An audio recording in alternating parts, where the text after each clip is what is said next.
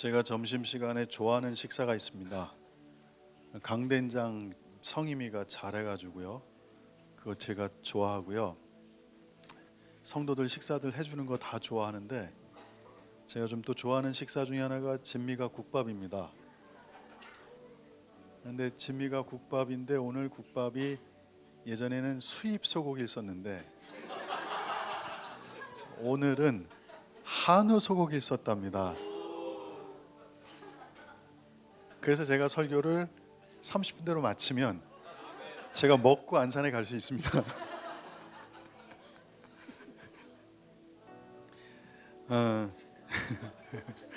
지금 갈등 중입니다. 설교를 어떻게 해야 되나. 제가 구국밥 나오기를 지금 기다리고 있습니다. 10월에 하시거든요.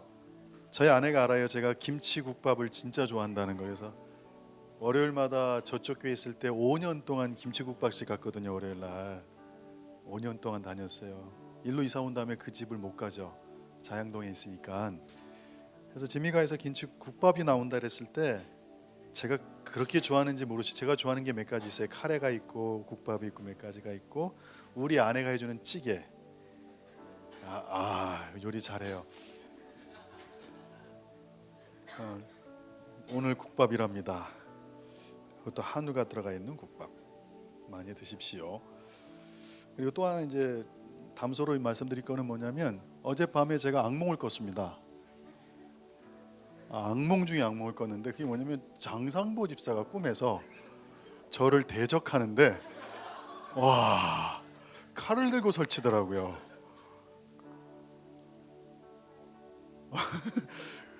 근데 이게 여러분 꿈을 해석할 때요, 여러분의 꿈에서 봤을 때 그 꿈이 디테일하게 보셔야 돼요. 디테일하게 반대일 경우가 많아요. 꿈이. 그리고 꿈이 여러분이 제3자의 입장이 됐을 때는 그게 이루어지는 경우가 많아요. 근데 제3자가 아니라 1인칭 시점으로 꿈이 꺼질 때 있죠. 그러니까 공격으로 전 느낀 거예요. 1인칭인 거예요. 1인칭. 이거는 거기 나와 있는 사람들이 중요한 게 아니라 저의 영적 상태를 얘기하는 거예요. 제 영적 상태. 다시 여러분 잘 구분하셔야 돼요. 꿈을 꿀 때 그 상황이 나랑 막 천지가 개벽하고 전쟁이 일어나는데도 나랑 아무 상관없고 그게 객관적으로 보여요. 그냥 평안하면 그건 이루어져요. 그런데 장정무 집사가 칼 들고 설치는데 이걸 때려야 돼, 죽여야 돼, 막 제 감정이 일어날 때는 이건 이 사람이 아닌 게, 이 사람이 아니라 제 안에 있는 상태를 얘기하는 거예요. 제 안의 상태. 그래서 왜 그럴까? 왜 이런 막 두려움이 찾아왔을까? 예배드리다가 깨달았어요. 어저께 저희 아들이 그러더라고요. 아빠, 9월 9일이 북한 정권 수립일인데 오늘 그 수립일 날 북한의 사람들 다 모인대요. 미국 트럼프 대통령이 거기다가 폭탄을 떨어뜨려서 다 죽인대요. 그런 얘기를 우리 아들이 해주는 거예요. 그렇게 소문이 났나 봐요. 그런 소문이. 그러니까 아이가 어린 나이에 겁을 먹잖아요. 그래서 어저께는 우리 아들을 아내랑 자게 했어요. 그러니까 아들은 평안하죠. 엄마 품에 있으면은 모든 두려움이 사라지잖아요. 잘 잤어요. 저는 아들 침대 가서 잤죠. 그리고 제 평생에 그렇게 심한 악몽을 제가 어저께 꿨어요. 막 저를 대적하면서 천안으로 가겠다 그러고 자기 이사 온 거 다 목사님 때문에 문제 생긴 거라고 얘기하고 아름이 옆에서 막 거들고 나 혼자만 외톨이 돼가지고 4시간을 꿨어요. 4시간을. 어쨌든 간에 오늘 귀한 일이 있을 것 같습니다. 영적으로 오늘 이제 이 모임 끝나면 안산에 가서 설교를 또 나누게 되고요. 여러분이 좀 기도해 주실 게 이용희 교수님이 요즘 자주 찾으시네요.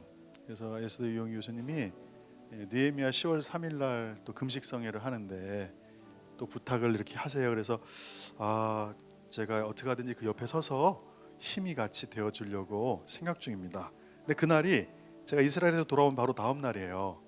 여독이 안 풀려 있는 상태인데 바로 또 모임에 들어가야 돼요. 그래서 여러분이 계속 기도해 주시고 저는 다음 주에 이제 이스라엘에 주일날 끝나고 들어갑니다. 들어가는 이유는 아시아 캠프가 시작됐고 이번에 기도재단이 터졌거든요. 오산리에서 뻥 터져가지고 정말 전국에서 어마어마한 사람들이 몰려들었는데 아시아의 리더십들하고 연관을 해야 됩니다. 연계.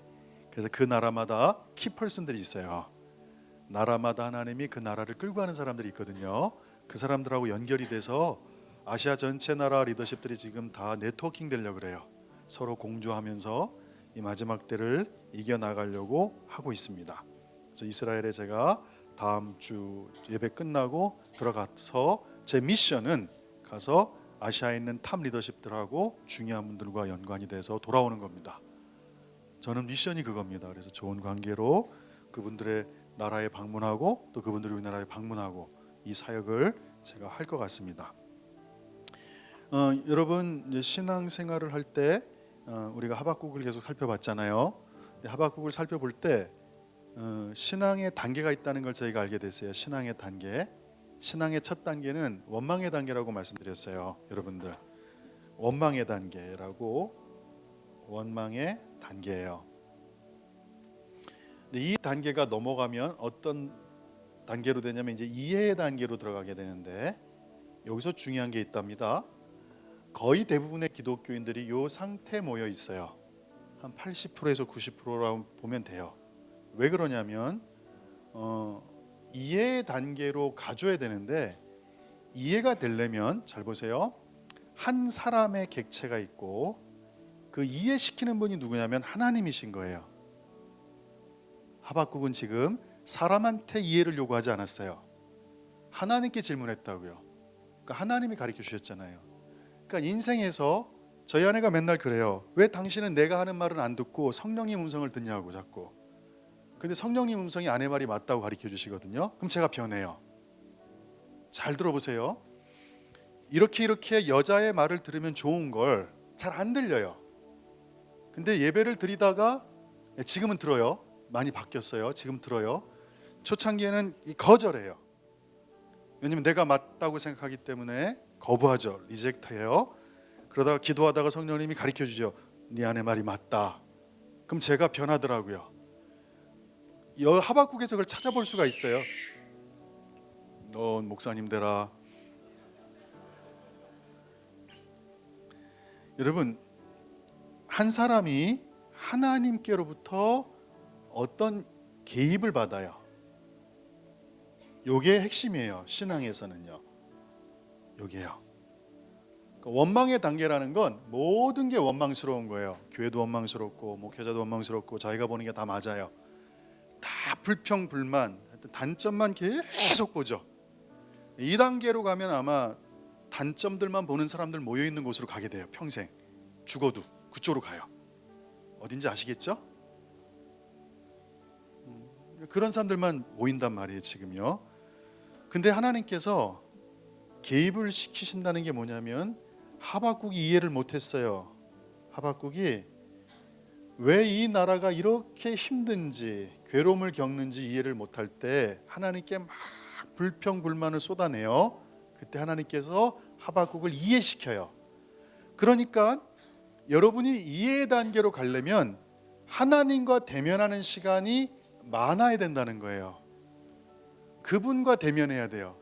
그래서 자꾸 말씀을 읽히는 이유가 뭐고 설교를 들으라고 말씀드리고 책을 그렇게 읽으라는 이야기가 원망하는 단계의 신앙은요 보는 관점이 정해져 있단 말이에요. 근데 거기에 하나님의 개입이 있어야만 이 사람의 눈이 열려서 새로운 게 보이기 시작해요. 제가 1900년대 후반부까지요 이스라엘을 싫어했어요. 왜 싫어했냐면요 너무 미운 거예요. 심지어는 제가 영국에 신학교를 갔어요. 2000년, 2001년도 이때 영국에 있는 바이블 칼리지 오브 웨일즈에서 공부를 하는데 유대인 아이가 2학년이었고 제가 1학년이었어요. 근데 이 여자아이가요 얼마나 교만한지 몰라요. 아주 꼴값이에요.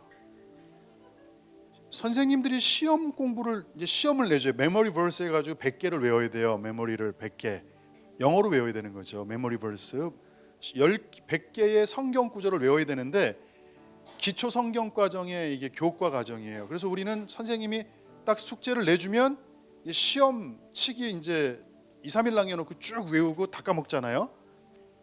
한국 사람 그렇게 공부를 하잖아요. 맞아요. 그런데 신기한 게요. 선생님이 그날 숙제를 내줬는데 그날 다 외워버리는 거예요. 유대인 아이들이요. 막상 시험 기간이 오면요. 야, 넌 왜 공부 안 해? 그러면 딱 그러죠. 나는 젠타일하고 달라, 이방인들하고. 니들은 지금 외우지? 난 이미 다 끝냈어. 꼴값인 거예요. 정말 미웠어요. 그래서 유대인들이 싫었어요. 옆에 있는 것도 싫었고, 자기네가 선민이고 자기네는 다르고 구별됐고, 그렇게 맨날 얘기하는 게 너무너무 싫었어요. 그런데 어느 날 제가 유대인에 대해서 이런 태도를 갖고 있었어요. 하나님이 개입하셨죠. 하나님이 가르쳐 주셨어요. 그게 뭐였냐면 결정적인 말씀이, 여러분, 창세기 3장 15절이었어요. 이 말씀, 여자의 후손이 태어난다는 거예요. 근데 여자의 후손이 태어나서 너의 머리, 이 너의 머리라는 건 뱀의 머리를 얘기해요. 여자의 후손은 우리가 알아요. 예수 그리스도가 여자의 후손인 거 믿습니까? 예수님은 동정녀로 탄생하셨다고요. 예수 그리스도가 뱀의 머리를 짓밟아 버린다는 거예요. 왜 이 말씀이 제가 2단계에서 2단계로 넘어가게 됐느냐? 예, 관점에서 제가 보는 시각에 눈이 열려버린 거예요. 뭐냐면 여자의 후손이 뱀의 머리를 쳤다. 이거를 하나님의 관점으로 봤을 때는 어떤 관점이냐? 예수님이 승리하신다는 거예요. 맞죠? 인간의 관점은 뭐예요? 인간이 구원받는다는 거예요. 이게 보통 관점이었어요. 하나님의 관점과 인간의 관점. 그런데 어느 날 갑자기 하나님이 저한테 그러시는 거예요. 성령님이, 경아, 이거를 그렇게 보지 말고 한번 사탄의 관점으로 한번 볼래? 이건 새로운 관점이었어요. 저한테 완전히 새로운 관점. 사탄의 입장에서 이 말씀을 봐라. 뭐냐? death sentence예요. 사형 선고예요. 사형 선고. 그러니까 사탄은 이 말씀이 이루어지면요, 자기가 죽는 거예요. 끝장나는 거예요. 어떤 일이 벌어지냐면, 주님이 그때부터 말씀을 저한테 가르쳐 주신 거예요. 쫙 하고 10개의 구절을 가르쳐 주신 거예요. 성경을 펴봐라. 어머나 세상에, 사탄이요, 자기가 죽을 걸 알고요, 여자의 후손이 태어나면 안 되는 거예요. 그러니까 여자의 후손이 태어나지 못하도록 막은 거예요. 예수님이 태어나면 안 돼요. 죽이려는 거예요, 그 후손을. 그런데 아브라함, 이삭, 야곱의 이름이 뭘로 바뀌죠? 이스라엘이에요. 그 사탄의 목적은 이스라엘을 지구상에서 없애버리는 거예요. 이스라엘이 지구상에 있으면 안 돼요. 이스라엘은 한 사람도 남아있으면 안 돼요. 거기서 후손이 태어나니까요. 그래서 여러분 보세요. 모세 때 어린애들을 다 죽이려고 그러죠. 바알이요. 그쵸? 모르드게 사건 기억나요? 에스더 때요. 아수에로 왕이 127도에 있는 유대인을 다 죽이려고 그러죠. 심지어는 예수님 태어날 때 헤롯 때 애들 다 죽이려고 그러죠. 이유가 뭐예요? 이스라엘은 지구상에 존재하면 안 돼요. 사탄의 입장에서요. 존재하면 안 돼요. 죽여야 된다고요. 그런데 그 이스라엘이 놀랍게 하나님의 능력 가운데 예수님이 태어나셔요. 예수님의 첫 번째 탄생이 이루어졌다고요. 초림 때. 그럼 지금 사탄의 목적은 뭘까요? 예수님 올라가셨죠. 다시 오시면 안 된다고요. 두 번째 주님의 다시 오심이 있으면 안 돼요. 그러려면 어떻게 되죠? 지구상에서 이스라엘을요, 없애버려야 돼요. 그래서 히틀러 사건이 일어난 거예요. 600만의 유대인들을 죽여버리는 거죠. 지구상에 씨도 남아있으면 안 된다고요. 이스라엘을요. 보세요. 저는요, 유대인이 싫었다고요. 공부도 너무 잘하고요. 저는 이스라엘을 공부하기 전에 음모론을 공부한 사람이라 가지고 일루미나티나 프리메이슨 다 유대인 베이스라잖아요. 전 세계를 돈으로 끌고 가는 이 사악한 종자들, 이 사악한 악한 것들. 그래서 너무너무 싫어했는데, 이 원망의 단계에서 주님이 가르쳐준 기영아, 이스라엘 전체 가운데 극소수의 하나님을 대적하는 것들이 이 땅을 그렇게 좌지우지한단다. 거의 대부분의 사람들은 복음에서 멀어진 나의 불쌍한 백성들이란다. 이들은 아직 예수 그리스도가 구세주인 줄 모른단다. 경아, 이스라엘이 지구상에서 사라지면 주님이 다시 못 온단다. 그러니 보세요. 여기 있는 이스라엘에서 반경 3,000km가 중동에 있는 무슬림들이잖아요. 지금도 예수님이 이 땅에 오시면 안 돼요. 이스라엘은 지금도 지구상에서 사라져야 돼요. 지금도 모든 미디어가 이스라엘을 싫어해야 된다고요. 모든 사람들이 이스라엘을 증오해야 된다고요. 거기서 제 신앙이 바뀐 거예요. 저의 신앙이 어떻게 바뀌었다고요? 원망의 단계에서 이해 단계로 바뀐 거예요. 누가 개입하셨죠? 하나님이 개입하셨어요. 하나님이 저의 눈을 열어주셨다고요. 여러분 되게 웃기죠? 이스라엘을요 인간적인 관점으로 보면요 팔레스타인 편에 서야 돼요. 맞아요? 틀려요? 이 얘기를 하는데 조는 사람이 있어요. 아주 푹 자는 사람이 있어요. 자도 돼요. 자도 돼요. 인간적인 관점에서는요 팔레스타인 편에 서는 게 맞아요. 이스라엘이 지배층이고 팔레스타인은 당하는 사람들이란 말이에요. 그게 인간의 관점이에요. 근데 하나님이 인간의 하박국의 관점으로 봤을 때는 원망과 불평과 불만, 자기 시각으로 봤을 때는 그렇게 보이는데 하나님이 가르쳐 주시니까 이 사람의 신앙이 이해 단계로 넘어가는 거예요.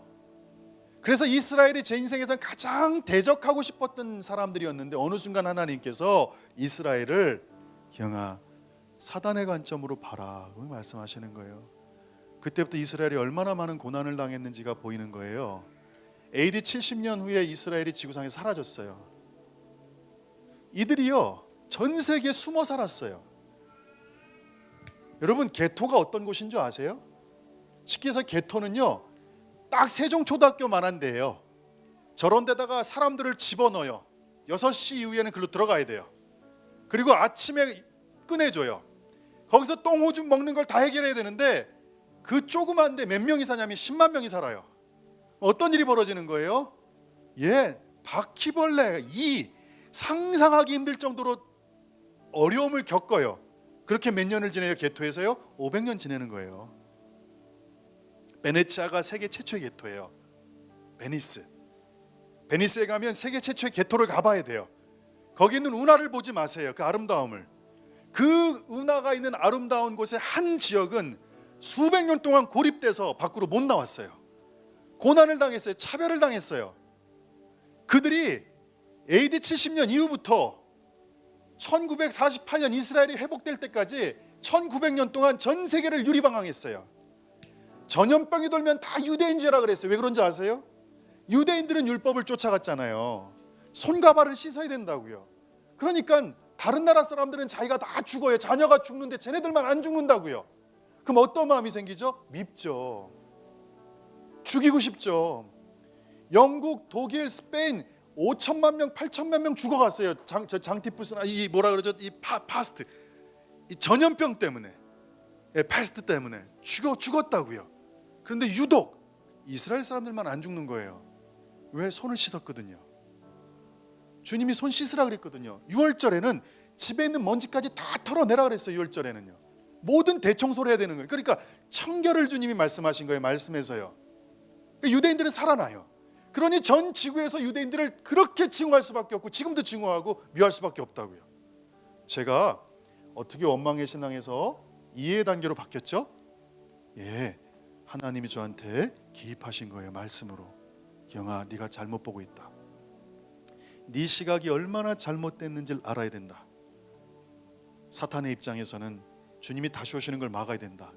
생각해 보세요. 1948년 이스라엘이 회복되기 바로 몇 년 전에 600만이 죽었어요. 그 몸을 다 태워서 비누맨 들었다고요. 600만이 죽었어요. 왜? 사탄은 지금도 이스라엘을 지구상에서 없애야 돼요. 이스라엘만 없으면 주님이 못 오세요. 백성이 없는데 어떻게 와요? 자기 백성이 없는데요. 그럼 여기서부터 우리가 질문이 시작돼야 되는 거예요. 여러분의 신앙이 원망의 신앙, 판단의 신앙, 불평, 불만의 신앙이 있을 수 있어요. 그거는 당연하다고 말씀드렸어요. 이해가 안 되는 거예요. 이해가 안 돼요. 여러분 한번 얘기할까요? 교회에 과세해야 된다. 저는 과세 찬성자예요. 왜냐하면 개척교회 시작하자마자 제가 광진구청에 찾아갔다니까요. 그거 뭐 했죠? 세금 낼 테니까 제발 받아달라고 제가 부탁을 했어요. 광진구청에 있는 사람들한테. 근데 그 사람들이 다 거절했어요, 저를요. 왠 줄 아세요?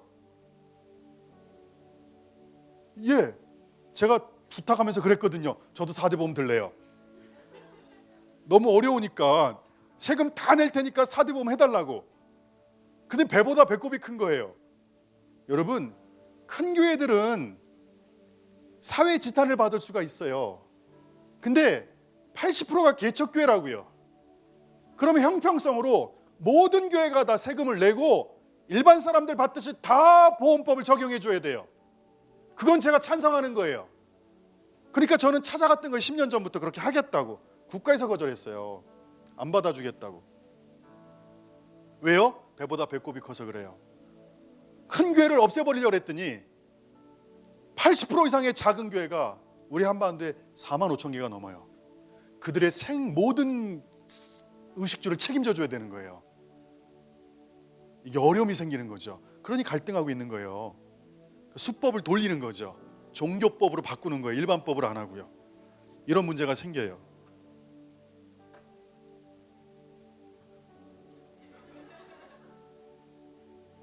화장실이지? 반항하는 거 아니지?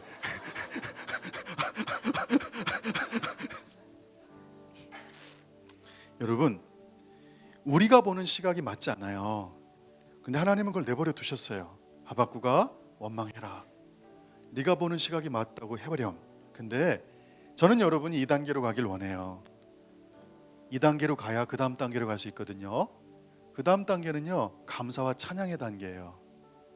삶이 바뀐다고요. 근데 그 단계가 쉽게 오질 않아요. 왜냐하면 2단계로 못 갔기 때문이죠. 2단계로 가려면 하나밖에 없어요. 하나님이 직접 여러분에게 말씀해 주셔야 돼요. 가르쳐 주셔야 돼요. 그래야 여러분들이 신앙의 단계가 성장하게 될 줄 믿습니다. 그러니 여러분, 요즘 제가 계속 깨닫는 게 그런 부분이에요. 오늘도 제가 이제 설교를 가게 되는데 큰 교회 가는 거 아니에요. 카톡이 왔어요. 목사님, 저희 교회 개척교회입니다. 작은 교회입니다. 저 알죠, 상황을요. 10명, 20명 모이겠구나. 가는 거예요.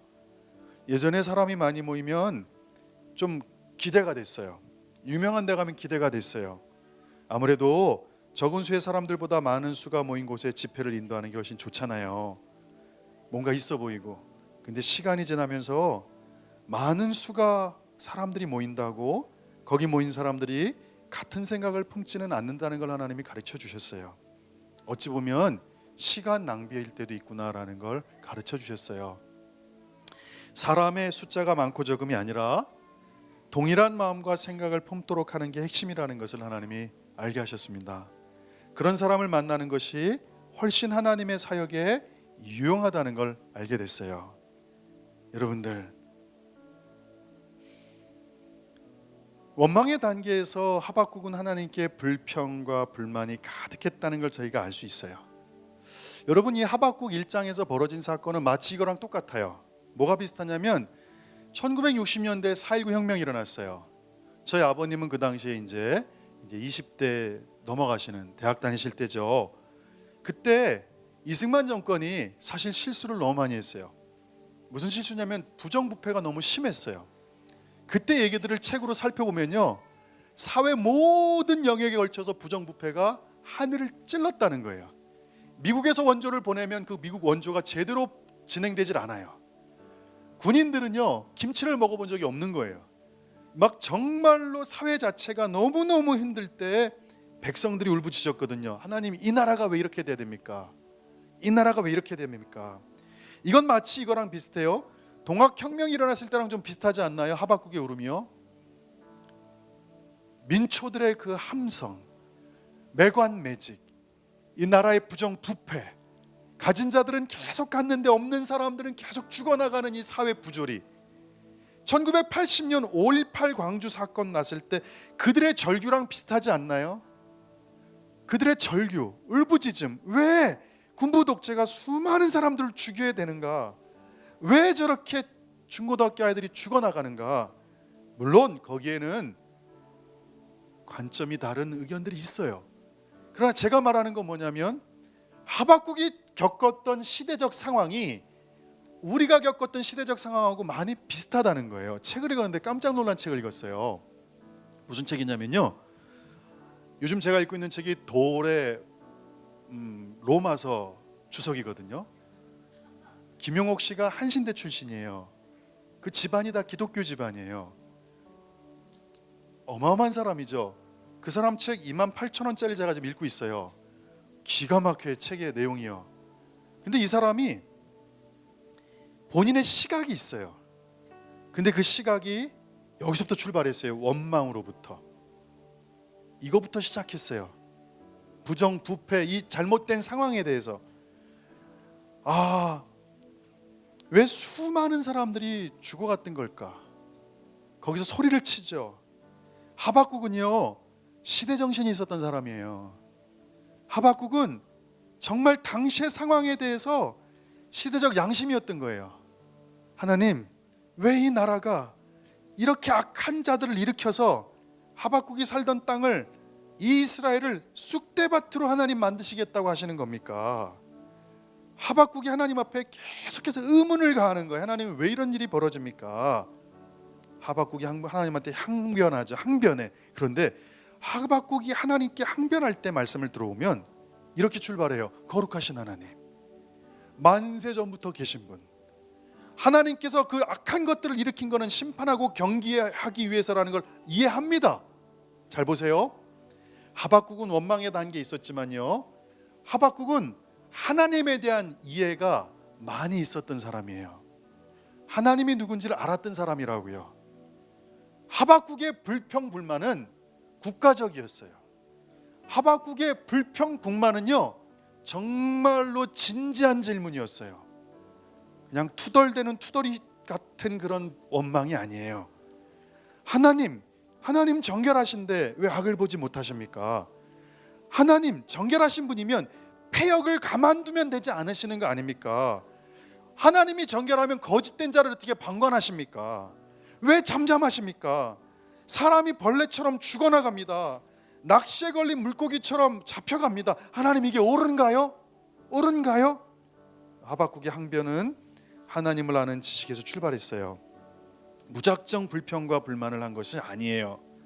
자신이 가지고 있는 하나님의 지식 안에서 당시의 상황에 대해서 불평과 불만을 가지고 있었던 거죠. 그래서 하박국 2장 1절에 내가 내 파수하는 곳에 서며 성루에 설 것이다. 그가 내게 무엇이란 말씀을 잘 보세요. 하박국은 정말로 충성스러운 종이었어요. 매일매일 파수하는 곳에 서서, 성루에 서서 하나님의 음성을 들어보겠다고 울부짖은 거예요. 충성스러운 종이에요. 성실한 종이에요. 그리고 이렇게 얘기해요. 하나님이 뭐라고 말씀하실지 기다리고 바라보면서 나의 질문에 대해서 어떻게 대답하실지 내가 보겠다 할 때, 이 질문이란 단어가 complaint예요. 이게 바로 원망이에요. 나의 원망에 대해서 어떻게 대답할지 보겠습니다라고 하박국이 아주 사생결단으로 하나님 앞에 이 상황에 대해서 음성을 들으려 그래요. 근거를 가지고 하나님의 본성과 지시에 자신의 생각이 충돌하는 데서 오는 불평과 불만이었던 거예요. 저는 신앙생활할 때 여러분 이런 게 좀 필요하다고 생각해요. 이게 필요해요. 그냥 무작정 아멘이 아니라 이 안에서 하나님 왜 이런 거죠? 왜 이런 거죠에 대한 질문이 있어야 될 것 같아요. 그리고 그것을 사람들이나 어떤 책으로서 응답을 받는 것보다 하나님께서 뭐라고 말씀하셨는지를 여러분이 듣게 되면 그 다음에 이해되는 신앙으로 바뀌기 시작해요. 다시요, 하나님이 개입했다는 건 무슨 말이냐면 하박국은 자신의 생각에 머물러 있었는데 하나님이 하나님의 생각을 보여주신 거예요. 그래서 자기의 생각을 버리고 하나님의 생각으로 일치됐던 거예요. 하박국이요. 이해는 그걸 얘기해요. 선생님이 뭔가를 수학 공식을 설명해요. 학생들은 모른다고요. 이 상태는 갭이 높죠. 근데 선생님이 설명을 잘 해주니까 학생들이 이제 다 이 공식을 이해하게 되는 거랑 똑같은 거예요. 선생님의 생각과 학생들의 생각이 일치하게 되죠. 그걸 이해했다고 얘기하는 거예요. 저는 여러분들이 이해하는 신앙이 됐으면 좋겠어요. 여기 더 이상 머물지 마세요. 이게 정말 힘들다면요, 여러분 찾으세요. 답을요. 어디서 찾느냐? 하나님께로부터 찾으세요. 저는 이 단계를 거쳤기 때문에 그래요. 이 원망하는 신앙이 제 안에 가득 찼고, 제가 지금도 느끼는 건 뭐냐면요, 제가 신학교를 일찍 갔든가 일반 대학을 갔으면 저는 아마 감옥에 들어갔을 거예요. 운동권이 됐을 거예요.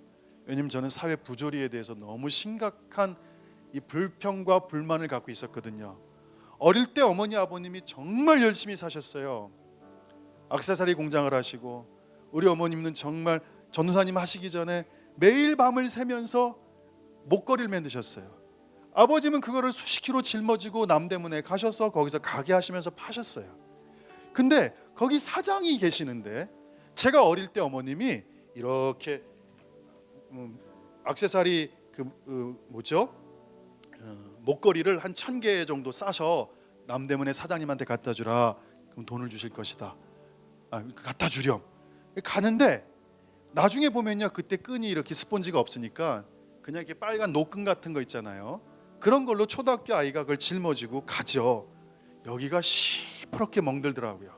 어깨가. 그 무거운 걸 지고 그 사장님 2층 계단에 올라가서 그걸 딱 전달해주고, 또 휘경동에 있는 사장님 집에 딱 전달해주고 왔을 때, 왜 우리 어머니는 아버지는 어렵게 살고 그렇게 성실한데 힘들게 사시는데, 이렇게 부유하지 않은데, 이 사람들은 대골 같은 2층 집에서 저를 그냥 무슨 벌레 보듯이 보면서 왔니? 갖다 놓고 가? 이렇게 하는 그 상황 가운데 처했을 때 어린애가 너무 마음이 힘든 거예요. 웬걸요, 돈도 제때 안 주시더라고요. 우리 어머니 아버지한테. 이 안에서 불평불만이 막 일어나는 거예요. 왜 가진 자들이 저렇게밖에 살 수 없을까? 왜 저런 식으로밖에 행동하지 않을까? 어려서부터 저는 삐쭉삐쭉 옆으로 새 나갔어요. 목회자들이 싫었다고요. 참 신기하죠. 저는 배 나온 목회자가 세상에서 제일 싫었어요. 얼굴에 기름이 쫙 흐르는 목회자. 주야. 어린 나이에 고등학교 때 성경책을 갖고 다닌 적이 없다 그랬잖아요. 수학 정석 갖고 다녔다고요. 늘 수학 정석 피고 있었어요. 저는 목사님들이 싫었어요. 다 가식으로 보였어요.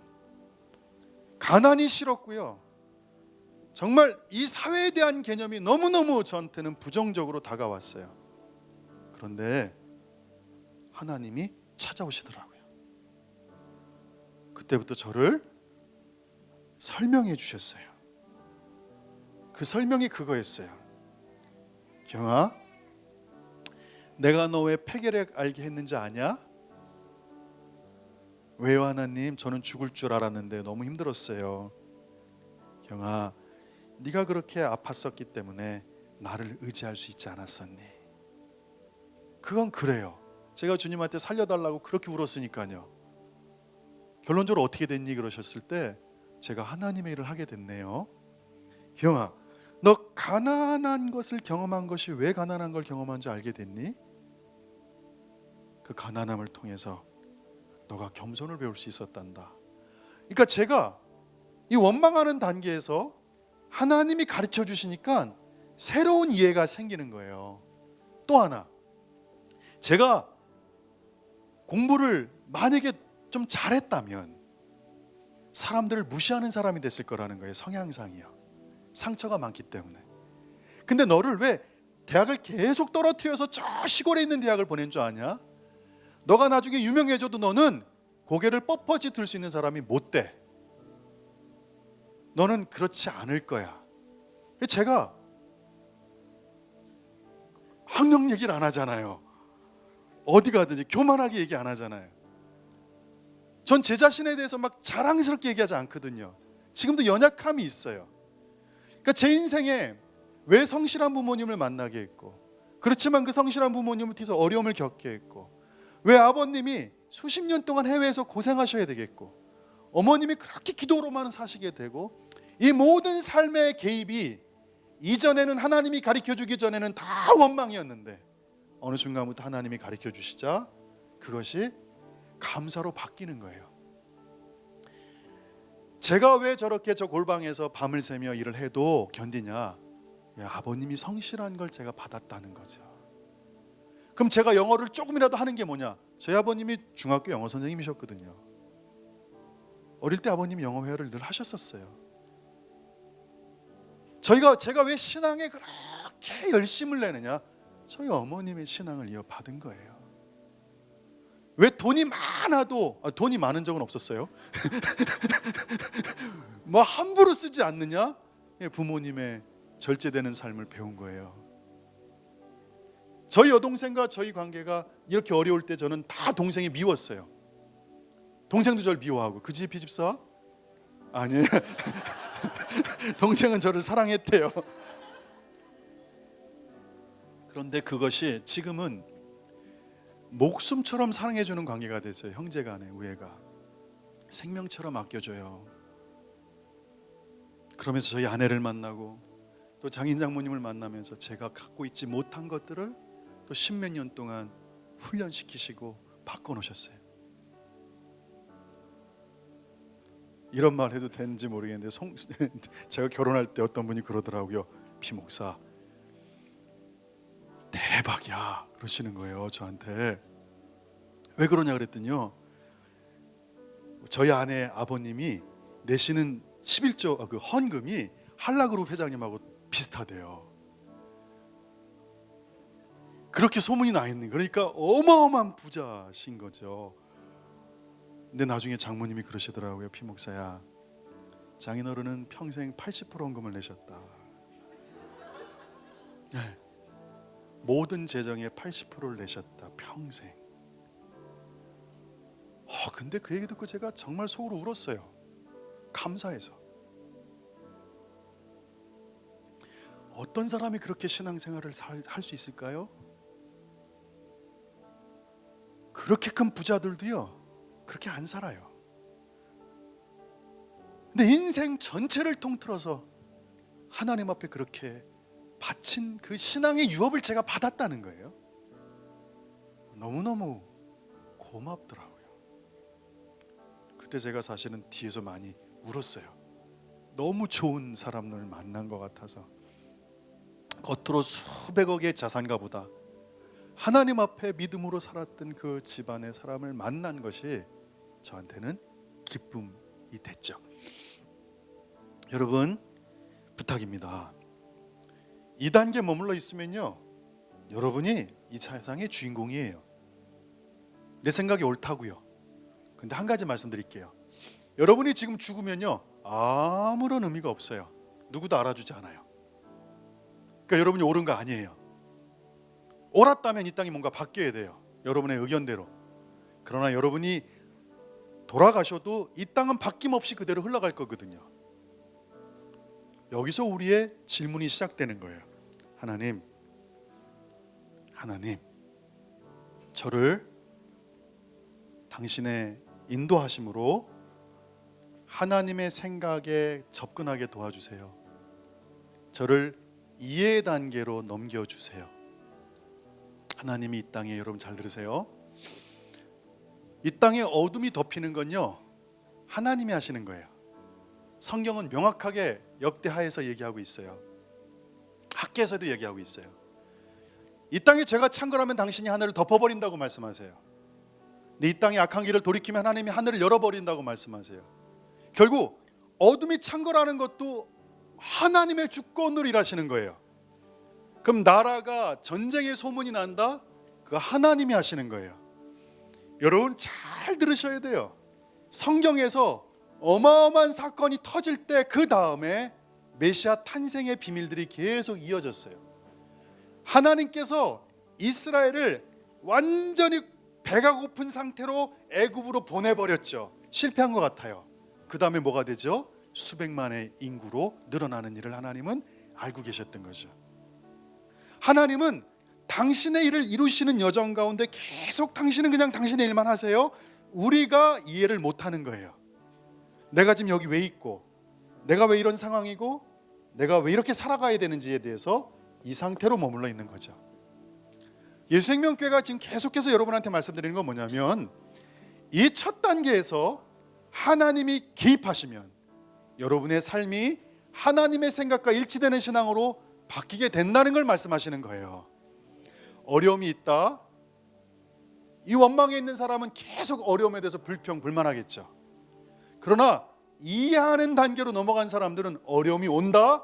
하나님이 뭔가 새로운 일을 하실 거야. 이 시간을 견디면 땅이 견고해질 거야. 하나님은 선하시기 때문에 선한 일로 갚아줄 거야. 바뀌죠. 태도가 바뀐다고요. 태도가 바뀌어요. 신앙의 태도가. 원망하는 신앙으로 잘 나가는 수십 년 살아가는 것보다 하나님이 시키신 일 몇 주라도 몇 개월이라도 하고 가는 게 저에게 더 큰 복인 줄 믿습니다. 아멘. 그래서 하박국은 하나님 어떻게 질문할지, 내가 질문하는 이 원망에 대해서 어떻게 답할지 아주 정직하게 얘기한 사람이에요. 너무너무 정직한 사람이에요. 근데 하나님이 하박국을 이해시킵니다. 하나님이 이해시키셨어요.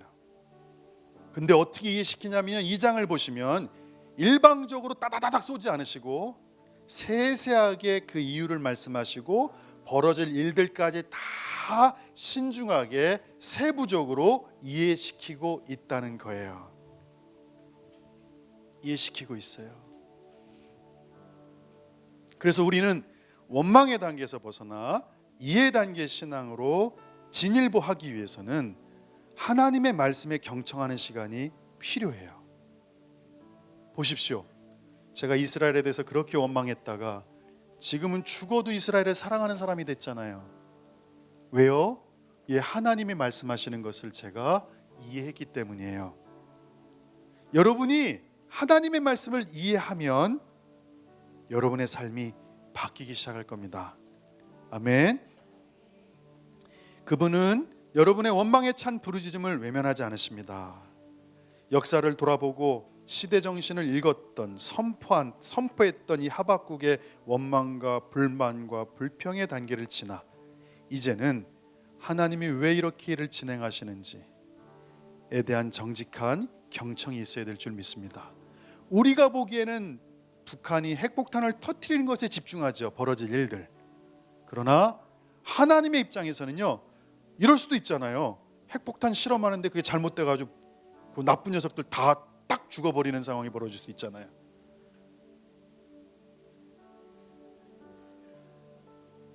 위기가 기회가 될 수 있는 상황이 있어요. 하나님이 바꿔놓으실 거예요. 수십 년의 기도가 있었어요. 이 나라는 쉽게 무너지지 않을 겁니다. 이게 하박국이 참 감사했던 건 뭐냐면 원망을 해도 그 태도가 정직했다는 거예요. 하박국은 자기의 옳고 그름에 대해서 얘기를 했지만 태도가 들으려고 하는 태도였다는 거예요. 하나님으로부터요. 들으려고 하는 태도였다는 거예요.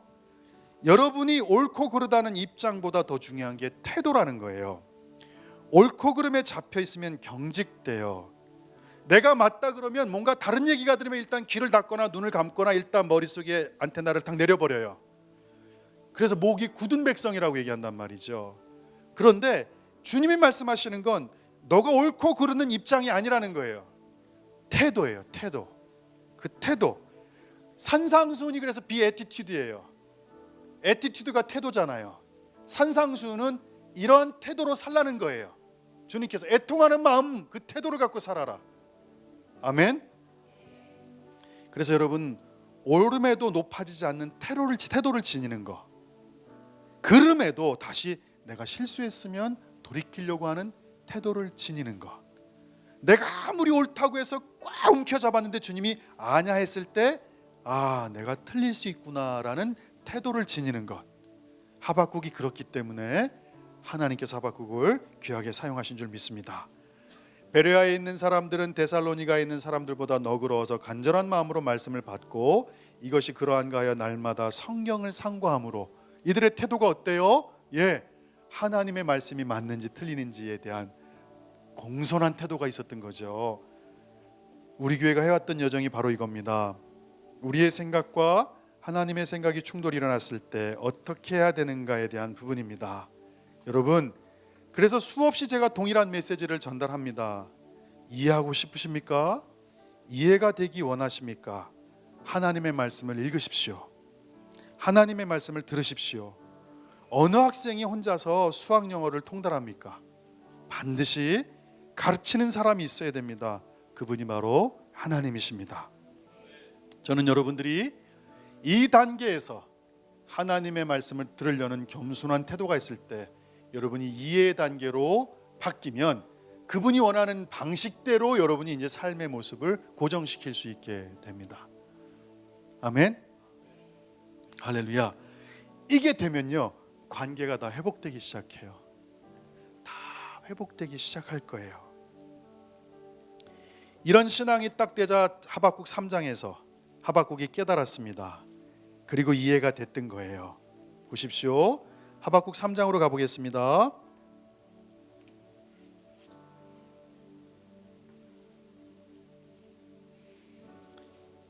하나님이 아주 세세하게 말씀해 주셨어요. 3장에 가자 2절에 여호와여 내가 주께 대한 이야기를 들었습니다. 놀랐습니다. 자기가 바뀐 거예요. 그러자 이렇게 얘기하죠. 여호와여 주는 주의 일을 이 수년 내에 부응하게 하십시오라고 대답해요. 무슨 말이죠? 갈대아를 들어서 우리를 치신다 그러셨잖아요. 하나님 빨리 악한 것들이 이 땅에 창궐해서 이 땅에 우리나라를 쳐들어오게 하십시오. 그럼 우리가 그 고난을 통과해서 의인들이 일어날 겁니다. 하나님 남은 자들이 일어날 겁니다. 하나님 빠른 시일 내에 그 일을 행하십시오란 얘기예요. 할렐루야. 여러분 이런 고백이 있어야 돼요. 전쟁이 날 거다. 근데 주님이 말씀하세요. 그 전쟁을 통해 내가 의인들을 세울 것이다. 그럼 우리는 고백이 어떻게 되는 거죠? 전쟁을 막아달라? 아니에요. 그렇게 기도하면 안 돼요. 죄송하지만 하나님 김정은이가 이를 터뜨리게 하여 주십시오. 하박국이 그런 고백이에요. 지금이요. 하박국의 믿음이 바뀌었다고요. 하나님 의인이 믿음으로 산다는 걸 알게 됐어요. 이 나라가 하나님으로부터 벗어났고 이 나라가 잘못됐어요. 근데 하나님이 이제 알았어요. 하나님이 그렇게 어려움을 주시고 정말 백성들이 찢겨나가고 아기가 산채로 삶아서 구워 먹여지는 그런 사악한 악한 것들이 이 땅을 쳐들어오는 것 하십시오. 하나님 이 수년 내에 그 일을 빨리 하십시오. 그 일이 일어나게 하십시오. 여러분 하박국의 신앙이 바뀌어요. 인간적으로는 왜 저런 악한 것들이 우리를 쳐들어옵니까? 라고 막아 쓰잖아요. 근데 하나님의 마음을 이해하자마자 하박국은 이야기를 잘 보세요. 이스라엘이 AD 70년에 지구상에서 다 흩어졌어요. 그런데 결론적으로 온 열방에 복음이 증거가 됐어요. 한 나라가 고생을 했지만 열방은 부흥을 경험했어요. 우리 흩어지지 않을래요. 우리 열방으로 흩어져 고난당하지 않을래요 했을 때는 2단계지만 누군가가 AD 70년에 누군가가 2017년에 지구를 봤을 때 이 지구상에 예수의 복음으로 창궐한 걸 봤다면 이렇게 고백했겠죠. 하나님 저희를 빨리 열방으로 흩어버리세요. 빨리 그 일을 실행하세요. 우리를 진토로 다 죽여버리세요. 우리를 핏값으로 쓰세요. 제가 그걸 봤습니다. 열방이 부흥하는 걸 봤습니다. 이게 신앙의 전개가 바뀌는 거예요. 똑같아요. 우리의 어려움이 닥칠 때 여러분이 만약에 하나님의 뜻을 이해한다면 그 뜻은 이거예요. 의인들이 이 땅에서 번성케 될 것이다. 성경은 분명히 주님이 승리하신다고 말씀하고 있어요. 충신과 공의의 옷을 입고 이 땅에 오실 거예요. 그러니까 여러분 이런 거예요. 7년 환난을 오지 말게 도와주세요. 아유 너 그렇게 기도하면 안 되죠. 속히 행하십시오 주님. 죄송한 말이지만요 3년 반 동안 환난이 있으면요 예수 믿는 사람들이요 정말로 정결해질 겁니다. 보세요. 한진이가 순교를 딱 당해요. 그 옆에 있는 저는 어떻게 되겠어요? 정결하게 살죠. 한진아 너 먼저 갔구나. 나도 곧 갈게. 근데 믿음 안에 살게. 예진아 애도야 믿음을 지켜야 돼. 우리 이 험악한 세상에서 우리를 하나님이 더 정결케 하실 거야. 우리 살아나자. 임재 가운데 있자. 말씀에 순종하자. 이렇게 되는 거예요. 네, 이거예요. 여러분 풍성해서 하나님의 말씀에서 벗어났다면요 핍박이 오는 게 좋아요. 그래서 이 땅의 사람들이 다시금 일어나는 게 좋아요. 그게 하박국의 고백인 거예요. 바벨론이 쳐들어온다는 거예요. 어느 정도까지 사악했는 줄 아세요 여러분들? 산모들의 배를 다 갈랐다니까 걔네들이요. 지구 역사상이요 18개 제국이 있는데요, 수메르 제국, 이집트 제국, 페르시아 제국, 그 제국 중에 가장 사악한 게 갈대아 제국이에요. 그 후손들이 이란, 이라크 이쪽 애들이거든요. 축구할 때 보세요. 그냥 누워 있잖아요. 그냥 얼마나 사악하고 거짓말 많이 하는데요. 그런데 여러분 보세요. 하박국은 깨달았어요. 하나님, 이 일을 수년 내에 빨리 하십시오. 빨리 행하십시오. 빨리. 여러분 보세요. 이해 단계를 거치지 않으면요 이 감사와 찬양의 단계로 못 가요. 아니 생각해 보세요. 만약에 일본이 우리나라를 다시 식민지로 다 데리고 와가지고 수천만 명을 죽인다. 이게 눈앞에 펼쳐졌어요. 눈앞에 보여요. 하나님 감사합니다. 그 일을 행하십시오. 이렇게 말할 사람 없잖아요. 근데 하박국은 했다고요. 왜 했을까요? 하박국은 바뀐 거예요. 그래서 여러분 하박국의 신앙이 어떻게 바뀌는지 보세요. 2절에 보시면요, 이 수년 내에 나타나시옵소서. 밑줄 치세요. 진노 중에라도 긍휼을 잊지 마소서. 이게 무슨 말이에요? 하박국은 정의의 사람이었어요. 내가 옳다라고 생각해서 정의로 들이댔어요. 그런데 신앙이 바뀌어요. 긍휼의 사람으로 바뀌어요. 부패한 놈들 다 쓸어버려 주십시오라고 고백했어요. 정의의 사람이 부패한 사람들을, 이 정의의 사람으로 하박국이 부패한 사람들을 다 쓸어버려달라고 기도했는데, 울부짖었는데 사랑의 존재로 바뀌어요. 긍휼히 여겨주세요. 하나님, 이 땅의 백성을 긍휼히 여겨주세요. 슬픔과 아픔, 애통함이 생긴 거예요. 이 땅에 대해서. 할렐루야. 이 하박국서는요 여러분, 인간의 개인에 대한 것, 나라에 대한 모든 역사 해석이 여기 나와 있어요. 그래서 여러분이 신앙의 단계가 이 원망의 단계에서 하나님께서 의인은 믿음으로 살 것이다 라는 이 귀한 말씀을 붙잡게 될 때, 하나님 결국 나를 하나님의 사람으로 바꾸시려고, 세우시려고 지금까지 수많은 고통과 어려움을 내 인생에 허락하셨군요. 그분의 일 하게 하시려고 겸손하게 긍휼한 사람으로. 그래서 이 사람이 하박국의 마지막 고백이 나오는 거예요. 3장 16절 내가 들었습니다. 내 창자가 흔들렸습니다. 그 목소리로 말미암아 내 입술이 떨렸습니다. 무리가 우리를 치러 올라오는 환난의 날을 내가 기다림으로. 보세요, 인생 기다려요. 멋있지 않습니까? 환난을 기다린다고요. 지금이요. 하박국이요. 저희는 어려움을 피해 나가려고 그러죠. 근데 하박국은 나에게 어려움이 오라는 거예요. 왜? 그게 나를 정금같이 바꿔놓을 거니까. 그 어려움이 나를 겸손케 할 거니까. 아멘. 여러분들 만약에 지금 실패 한 번도 안 하시고 계속 가셨으면 어떤 인생 사셨을까요? 지금처럼 겸손하지 않으셨을 거예요. 지금처럼 하나님의 말씀 듣고 계시지 않았을 거예요. 지금요. 아멘. 지금처럼 옆에 사람들에 대한 배려가 없었을 거라고요. 유아 독존으로 살았겠죠. 돈을 하나에 뿌리며 사셨겠죠. 4, 5억짜리 롤스로이스 타고 다니셨겠죠. 맞아요. 그렇게 살았을 거예요.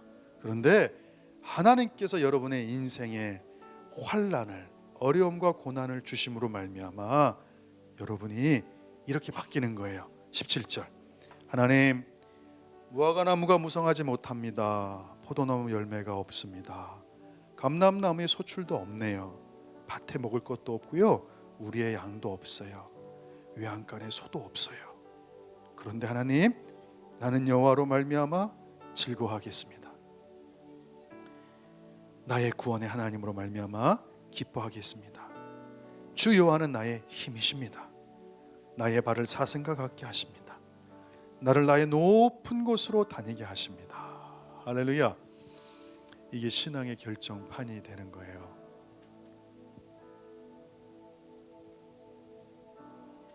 그 이름 아름답도다.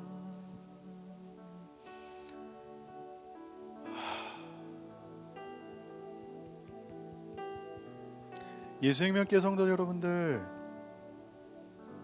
원망과 어려움이 있는 신앙의 단계는 당연한 거예요. 이제 우리 하나님의 음성을 들읍시다. 여러분, 이 땅에 논리나 이즘으로는 해결이 없습니다. 하나님만 선하십니다. 그분이 맞다면 맞는 겁니다. 하박국을 통해 하나님이 말씀하셨어요. 다 기록해라. 다 그들이 읽게 해라. 가슴에 새기게 해라. 하박국아, 나는 너 변화시키려고, 이스라엘 변화시키려고 열방을 흔들어 버렸다. 나의 목표는 열방이 아니다. 너가 의인이 되는 거다. 너가 변화를 받아 이해 단계로 들어가. 그 다음에 감사와 찬양의 사람으로 세워지는 거다. 그게 하나님의 목적이에요. 할렐루야. 그래서 하나님은 정말로 아름다우십니다. 여러분 인생의 주인공이 여러분이라는 거예요. 왜 웃으세요? 띵해서요?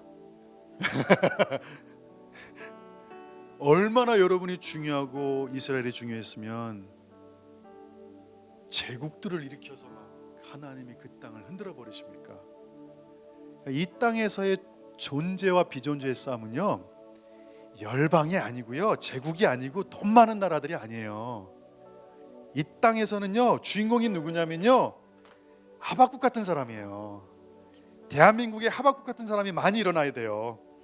다 도망가려 그래요. 지금요, 전 세계가 한국에서 다 떠나려고 그러고, 중국에도 지금 대사관들 다 떠났다 그러고, 일본도 지금 자국민, 심지어 필리핀 사람들까지 다 자국민 지금 돌려보낸대요. 이런 상황이 벌어지거든요. 근데 만약에 전 열방에서 한국 사람들이 들어오기 시작해요. 이 나라로. 미국에서도 막 교파 애들이 막 수만 명씩 들어와요. 나라를 지키겠다고. 그리고 기도회를 열어요. 하나님, 빨리 행하십시오. 악한 것들이 드러나 이 땅을 덮으든지 말든지 하나님 뜻대로 하십시오. 한 가지, 우리를 정결케 하십시오. 우리를 하나님의 의인으로 일으켜 주십시오. 하박국은 그래서 한국교회 선포되기 힘든 말씀이에요. 정말 힘들어. 이 말씀은요. 왜? 핵폭탄 떨어지란 얘기거든요. 지금 이걸 어떻게 선포해요? 못하죠. 근데 했어요. 하박국은. 그리고 뭐라고 고백하죠? 예, 그거예요. 하나님, 아무것도 없어요. 차도 없고요, 집도 없고요, 마트도 없고, 이마트도 없고, 여기 명랑 핫도그도 없어지고 다 없어졌어요.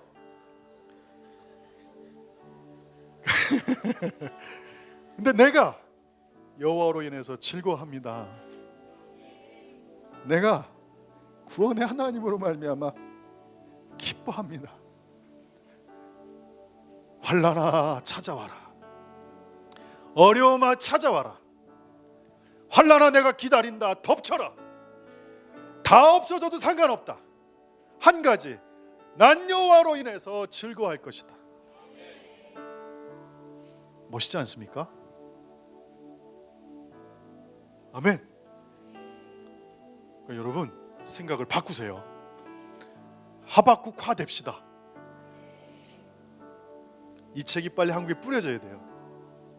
다들 피하려고 그러잖아요.